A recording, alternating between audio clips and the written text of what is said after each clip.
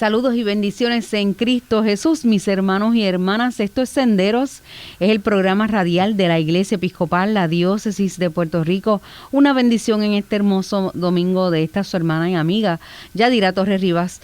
Hoy se encuentra en Senderos con nosotros el reverendo canónigo Ángel Dávila Colón. Buenos días. Buenos días, Yadira. Aquí estamos de vuelta nuevamente en este espacio maravilloso para hablar y glorificar el nombre del Señor. Amén. Y también se encuentra con nosotros el reverendo padre Carlos Vélez. Buenos días, padre. Buenos días, encantado de estar con ustedes aquí, con los amigos Radio Escucha, para compartir información, para pasar un rato lleno del amor de Dios. Amén. Qué bueno verte, iba a tiempo no te veía, Carlos. Sí. Bendiciones. Amén, igualmente un placer. Bienvenido a nuestro programa. Vamos a hablar un poco, y durante estos domingos hemos estado hablando un poco sobre la misión de la iglesia, y a raíz de la misión de la iglesia entramos en el tema de la sectorización. Es interesante, quizás quiero retomar un poquito antes de entrar en la sectorización sobre la misión. El obispo nos está haciendo un llamado a la misión, nos está haciendo una exhortación, pero yo pienso que la misión no tiene que venir precisamente del obispo. El obispo es el pastor, él dirige y él nos dice, mira, hay que hacer misión, pero la misión es un llamado que tenemos, es un trabajo del Evangelio. Es Jesús el que lo pide y es nuestro compromiso, él simplemente nos dirige, él simplemente nos encamina. Probablemente cuando hablamos de sectorización, el concepto, la idea de sectorización, lo que encajamos en eso, como que nos desarticula un poco, pero tenemos que pensar que hemos sido llamados a hacer misión independientemente de sectorización, de cómo lo llamemos. Es una experiencia que todos y todas estamos llamados a hacer. Es un gran reto para nosotros. Es un llamado que hace el obispo a moverse, a sacudirnos, a reaccionar a lo que hemos sido llamados desde el bautismo. Esa es nuestra misión, ese es el llamado que todos y todas tenemos a hacer. Llámese como se llame, póngale la actividad que queramos hacer, pero el llamado es a lo que Jesús nos convoca, es lo que Jesús hizo con sus apóstoles, y es lo que hemos estado repasando durante todos estos domingos en los evangelios, cómo Jesús se presenta y cómo envía, y entonces nosotros tenemos también que hacer esa misión de envío. Es interesante lo que estás diciendo, porque en todo el evangelio de Cristo, en ningún momento hay tranquilidad. Correcto. Excepto en los momentos de oración. Y cuando tú hablas sobre que esta invitación del señor obispo realmente es una invitación al volver al evangelio, a volver a ponernos en el camino, que realmente es lo que es.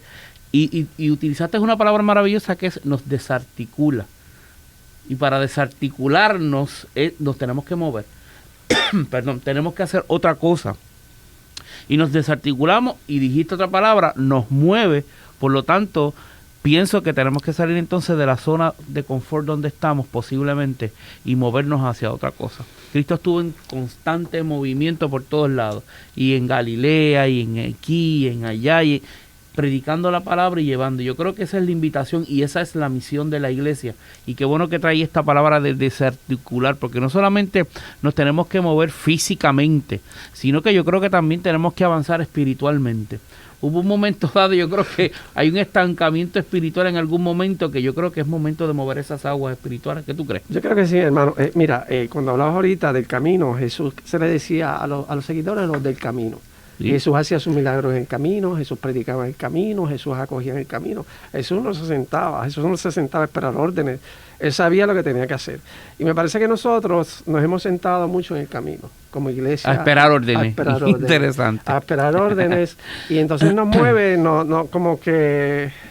Y es lo que he escuchado en mi feligresía local, es que esa inquietud de qué hago, cómo hago, como que no sabemos qué hacer. Y sí, obviamente va a haber unas directrices, pero eso tiene que salir de nosotros, ya es tiempo de movernos. Y estamos viviendo un momento cultural, un contexto donde la gente tiene que moverse, donde tenemos que salir de nuestros espacios y llevar la misión. A mí me parece, todo es providencial, todo está tomado, todo está llevado a la mano de Dios. Así que yo creo que estoy seguro que estamos en el momento idóneo para hacer esta misión, para salir de nuestros espacios de comunidad, de nuestras iglesias y acoger a la gente, que eso es lo que... No hay que hacer grandes cosas, no hay que llevar papelitos ni trataditos, de eso no se trata. Para mí es ir donde la gente, acogerlo, la gente está preocupada, la gente está ansiosa, la gente se siente sola. Esa es la misión, no hay que construir grandes cosas, no hay que hacer grandes discursos. Sencillamente estar allí, acogerte, decirte estoy contigo y lo que se vaya a dar, se va a dar. Pero yo creo que estamos muy quietos.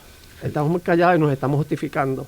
Y nos tenemos que... ¿Sabes qué? Cuando los escucho a ustedes hablar, viene a mi mente, hace un tiempo atrás, hace bastante tiempo, creo que fue el año pasado o el anterior, el obispo primado habló sobre un tema que fue muy importante, era sobre el movimiento de Jesús. Y entonces todo lo que ustedes han traído a la mesa en esta mañana sobre lo que es la misión, se trata del movimiento de Jesús. Y de esa invitación a que nosotros hagamos posible el Evangelio de Dios. Y eso es lo que el padre Carlos trajo a la mesa en esta mañana. Y entonces me parece formidable que nosotros entendamos que la iglesia no puede ser estática, no puede estar ahí enclavada en ese lugar. La iglesia tiene que estar fuera de esas cuatro paredes. La iglesia tiene que estar en movimiento, la iglesia tiene que hacer muchas cosas y tiene que ir al encuentro con la gente y hacer posible el Evangelio de Jesús cuando camina como hacía Jesucristo. Yo creo que si nosotros y cada uno de nosotros entendiéramos que deberíamos ser imitadores de Jesucristo, porque Él caminó y hizo tantas y tantas cosas, y nosotros tenemos que hacer eso. Nosotros tenemos que, de una vez y por todas, dejar nuestros miedos e ir a las calles, a abrazar a la gente, a orar, a decirle a la gente qué bien me siento porque disfruto de algo que a lo mejor si yo te lo cuento, tú puedes entenderlo y también puedes disfrutar de eso maravilloso que yo tengo en mi interior. Yo creo que en la medida en que cada persona de la Iglesia Episcopal, Diócesis de Puerto Rico, salga de las cuatro paredes, hacer algo. Y el padre dijo que es algo simple y sencillo. No tenemos que tener grandes cosas. Simplemente tenemos que tener la voluntad, mis queridos hermanos y hermanas que me están escuchando y que nos están viendo a través de las redes sociales. Hay algo maravilloso que se llama voluntad. Pues entonces que mi voluntad y mi amor a Dios y mi deseo de hacer crecer esta obra de Dios, que el reino es aquí, es ahora y que no es en otro lugar, pues que ese sea el movimiento que me ayude a mí para yo caminar al encuentro con la gente. Amén. Y algo maravilloso que está sucediendo ahora, el padre Carlos Vélez es el arcediano del área sureste. Y estás nuevo en ese arcedianato, ¿no? Dirigiendo y supervisando toda esta región del sureste con unas feligresías maravillosas en esa área. ¿Qué está haciendo el arcedianato, Carlos, para responder posiblemente esta sencillez, este acompañamiento que le hemos llamado a la sectorización? Ciertamente, para mí, antes de entrar quizás en proceso de sectorización, desde mi experiencia, yo vengo de la montaña y supuestamente vengo de un contexto distinto y realmente, pero cuando me encuentro aquí en la urbe, es la misma situación. Es lo mismo, son los mismos. Tú has contestado una pregunta que yo siempre he dicho, con que decir que usted es distinto. No. Yo creo que, y me has dado la razón, así que salí victorioso. Saliste victorioso. Me he dado cuenta, creo que uno de los feligreses de donde estoy dijo algo y yo me trasladé y yo dije, pero es la misma situación. Sí, es lo mismo. Sí, hay una necesidad que son distintas, claro, pero sí. En el fondo lo mismo. Y a mí me parece que mi arcedianato, precisamente mañana tenemos, la próxima semana tenemos reunión de arcedianato. Quiero conocer la feligresía. Una de las cosas que quiero que me cuenten quiénes son, cuáles son sus necesidades, qué les motiva. Yo quiero conocerlos a ellos. Entonces, lo que he escuchado en mi propia feligresía, y es de lo que lo hago ahorita, ellos han hecho unos esfuerzos sobre la sectorización, pero me parece que están enfocados en no sé, alguien dijo, dar papeles, ya caminamos, y como que no se sentían satisfechos, como que no sabemos cómo trabajar la sectorización, como que nos bloqueamos. Hablaba algo ya de ahorita bien importante. Yo creo que tenemos que entrar en un proceso de conversión, de convertirnos. Esto es un proceso de aprendizaje para todos y todas, y es lo que he sacado algunos creo que he llamado, cómo están, qué están haciendo, y no saben quizás probablemente cómo quieren tener una fórmula para cómo hacerlo, y sale de lo sencillo, sale de acompañar. Entonces, el proceso, lo que quiero sentarme con ellos, diseñar. A mí me parece que tiene que salir todo de nosotros. Tiene que salir de mi feligresía, tiene que salir de mi gente, tiene que salir de la gente que está en la zona. Hay que hacer quizás, de algún modo, retratar las necesidades de la gente. Y lo que te digo es que Básicamente, las personas lo que necesitan es compañía, las personas necesitan afecto, que era lo que hacía Jesús. Claro, Jesús no hacía nada claro. distinto, Jesús levantaba al caído, Jesús recogía al necesitado. Así que, ¿cómo yo traduzco eso? Entonces, mi propuesta es escuchar al clero, escuchar a las feligresías. Primero hay que trabajar con ellos. Primero hay que, una de las cosas que hay que hacer, a mi juicio, y lo que he conversado es, tenemos que aprender y saber qué es misión, para después tirarnos a la misión. Tenemos que enamorarnos, tenemos que reconocer que tenemos las capacidades y las herramientas para hacerlo. Ahora, ¿cómo lo ponemos en función?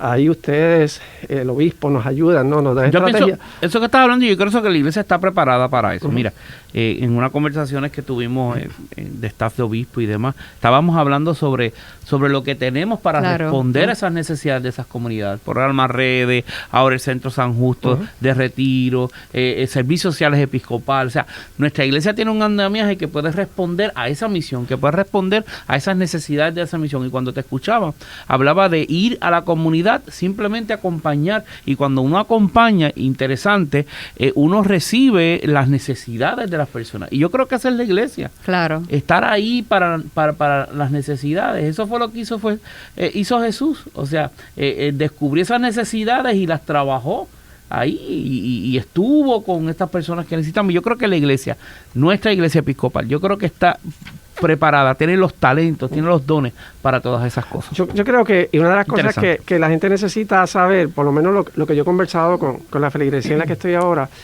es sentirse acompañado por la iglesia, sentir que ellos no tienen todos los recursos, que ellos no tienen todas las herramientas, y que el obispo, ustedes están ahí. Eso yo tengo la completa seguridad de que es así, pero como ellos logran, yo creo que es calmarlos un poco, decirles, calma, todo está, vamos a caminar, vamos a empezar a caminar.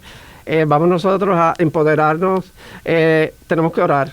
Y es interesante, no se aleja de la realidad del evangelio. Los discípulos también tuvieron esa inquietud. Sí, claro que sí. Tuvieron miedo también. Maestro, ¿qué nosotros vamos a hacer? Exactamente.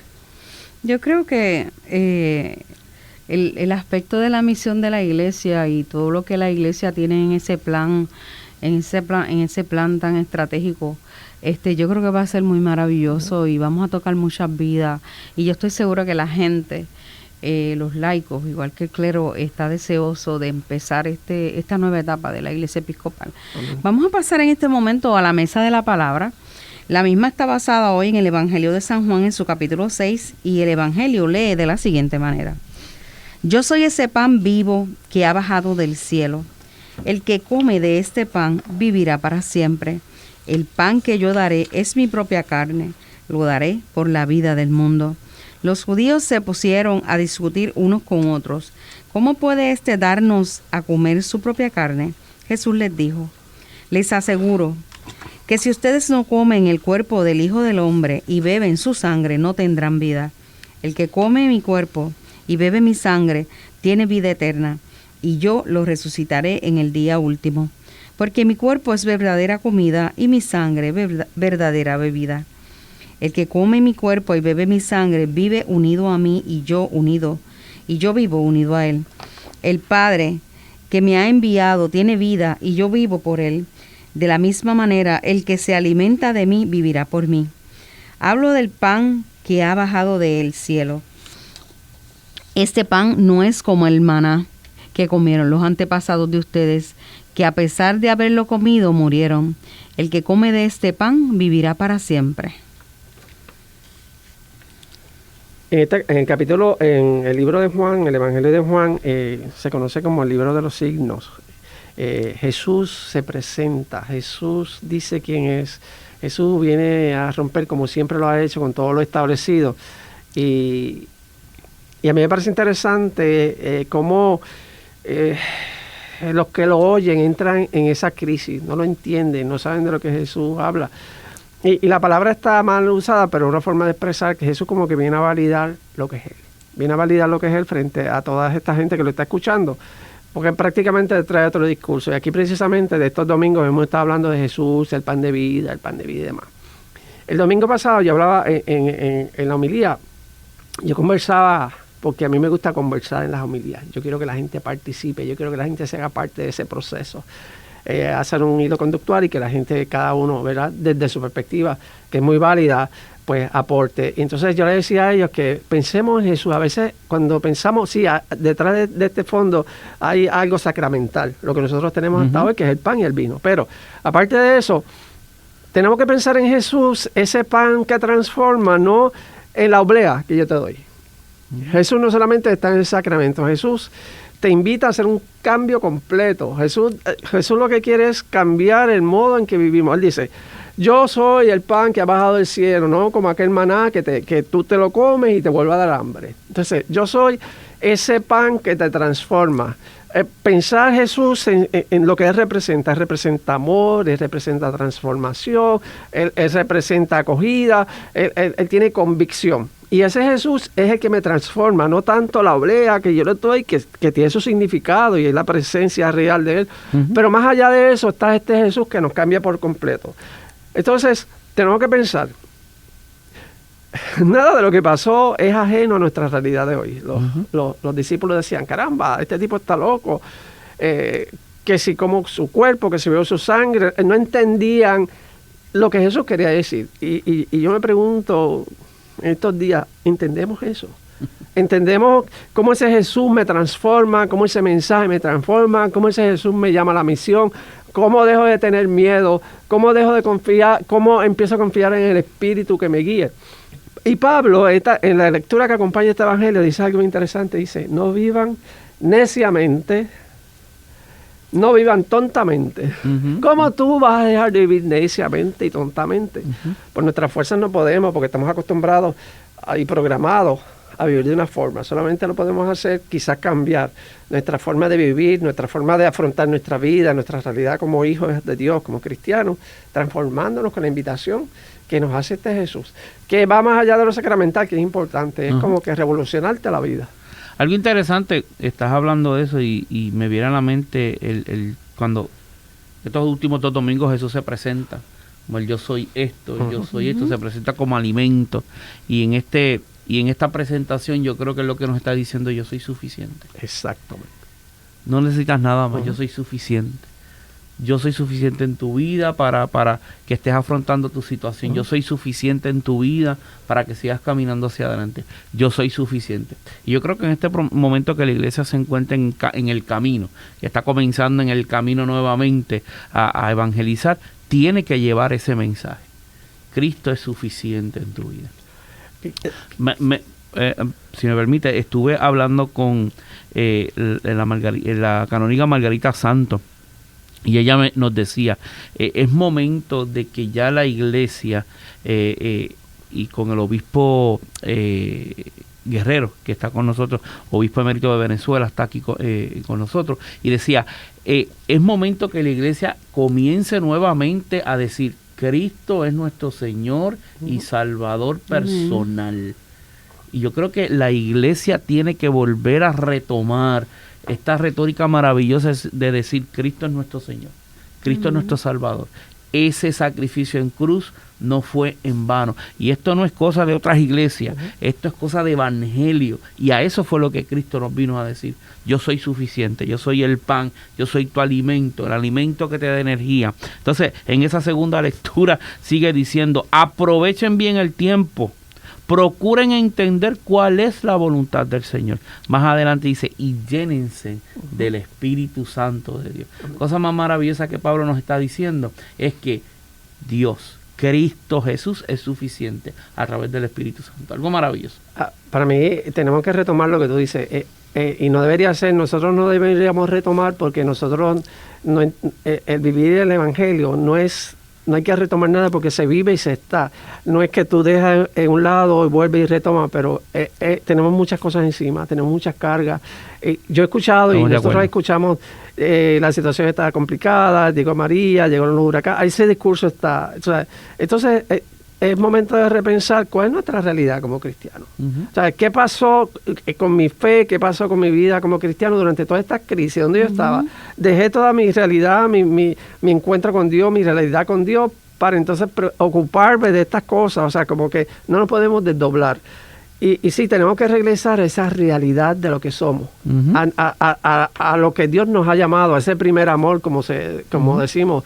Y me parece interesante lo que tú dices, yo te basto. Sí. ¿Hasta cuándo? Y el discurso que nosotros en nuestras homilías decimos, yo digo, ¿cuál es mi realidad? ¿Hacia dónde debo ir? ¿Dónde están mis valores? Hacemos otros dioses los que sean. Claro, tenemos que retomar eso y hacer conciencia de cómo yo me veo dentro de esto que tú dices. No te vas, yo me basto. Tú sabes, no hay nada más que buscar. Sí, ¿Sabes que cuando estaba leyendo el Evangelio también, ¿verdad? Vino a mi mente el momento de la comunión, ¿verdad? Porque habla sobre el pan y la sangre, y entonces recordé cuando vamos al altar a recibir la comunión, y ese momento tan especial, ¿verdad? Cuando extendemos nuestras manos y el cuerpo de Cristo está en nuestras manos para nosotros poder consumirlo. Y entonces recuerdo cosas que vienen a mi mente bien profundas, porque veo la gente cuando va a hacer ese espacio como de ese pequeño silencio, y con esa devoción tan grande, con ese respeto tan grande, ponen esa oblea en sus labios y hacen su espacio de silencio y oran.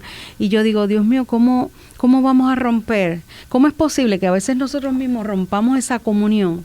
Si estamos ahí y tenemos a nuestro Maestro y Él lo ha dado todo por nosotros.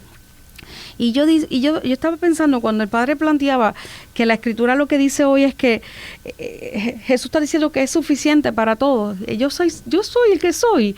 Yo soy suficiente. No vas a sentir pena, no vas a sentir tristeza, porque ya estamos juntos en esa comunión. Nosotros tenemos que trabajar para jamás poder romper esa comunión entre yo y mi Maestro Jesús.